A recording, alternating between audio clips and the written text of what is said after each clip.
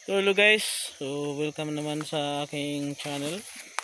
So for today's video ay nandito tayo sa aming ginawang fence para sa aming mga itik, mga ducks. Dahil nung nakaraan ay dito na sila, pakalat-kalat lang. So nung maliliit pa sila, dito naman sila nilagay. Ito yung fence nila, parang kulungan nila na steel matting at saka yung lambat, pero lumalaki na sila. So nakaka-distract na sila sa mga manok at sa ibang mga maliliit na mga bibi or itik, kaya nilipat naman dito.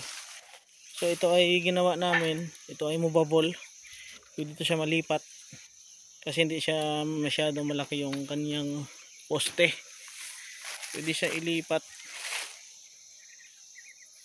So ayan, maganda na yung kanilang so running 2 months old to. Maganda na kanilang fence dito. Nilagyan na namin ng yero, yung lumang yero, para hindi sila matamaan ng direct na ulan. So ito ay ginawa lang.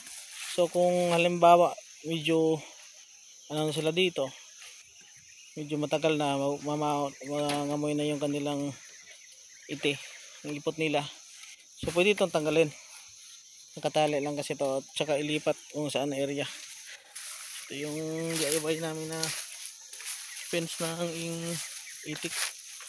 So kayo, kung anong alam nyo na mga design pagdating sa paggawa ng bahay ng itik, so paki-comment naman sa baba.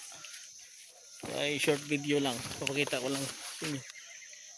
So far maganda yung kanilang paggalaw-galaw sa loob, kasi sa labas sila marami silang napiperwisyo. So ito kasi meron dito mga maliliit pa na mga itik, tinutuka nila or sinasaktan, pati yung mga sisiw ng manok.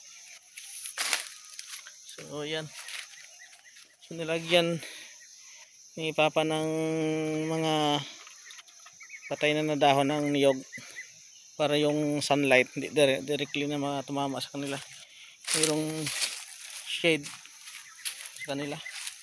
Yan, maganda na yung nila dyan, maganda yung paggalaw nila sa loob, tsaka hindi na sila nakakaperwisyo sa mga ibang itik or at manok.